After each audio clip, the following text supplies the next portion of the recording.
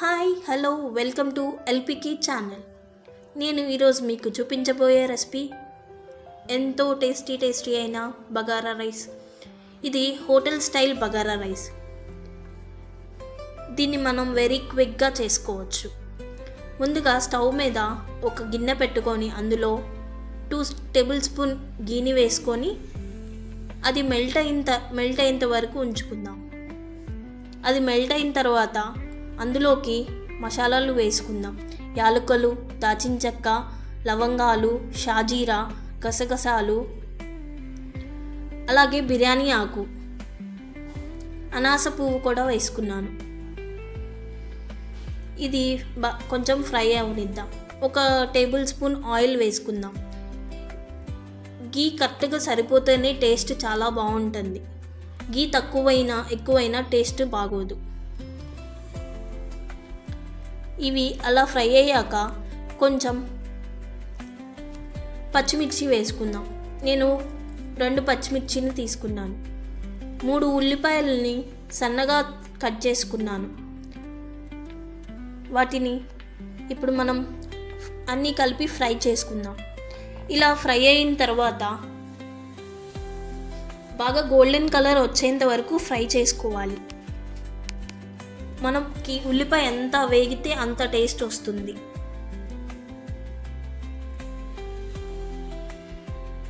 ఇప్పుడు 1 table spoon అల్లం వెల్లుల్లి పేస్ట్ వేసుకుందాం. దీన్ని కూడా బాగా ఫ్రై చేసుకోవాలి పచ్చివాసన పోయేంత వరకు. ఒకవేళ పచ్చివాసన పోయేంత వరకు ఉంచకపోతే బిర్యానీ అనేది టేస్ట్గా ఉండదు, పచ్చివాసన వస్తుంది. నేను ముందుగా నానబెట్టుకున్న బాస్మతి బియ్యాన్ని అందులోకి వేసుకుంటున్నాను. నేను 3 గ్లాసెస్ ఆఫ్ బాస్మతి రైస్ని హాఫ్ అన్ అవర్ ముందు నానబెట్టుకున్నాను.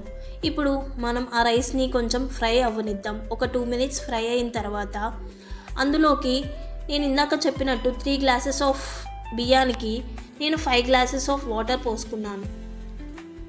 అంటే ఒక్కొక్క గ్లాస్కి 1.5 అని.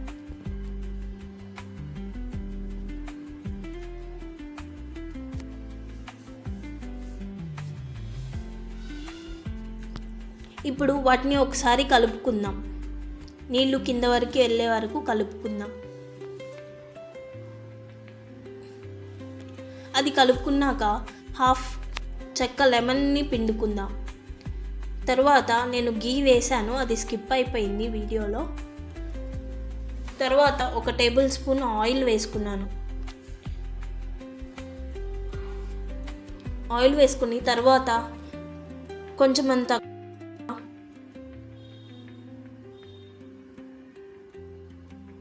సాల్ట్ వేసుకున్నాను.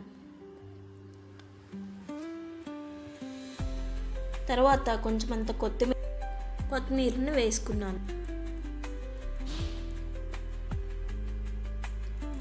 పుదీనాని కూడా యాడ్ చేసుకున్నాను. వాటర్ ఉన్నప్పుడే మనం యాడ్ చేసుకుంటే ఆ ఫ్లేవర్ అనేది రైస్కి దిగుతుంది. ఇలా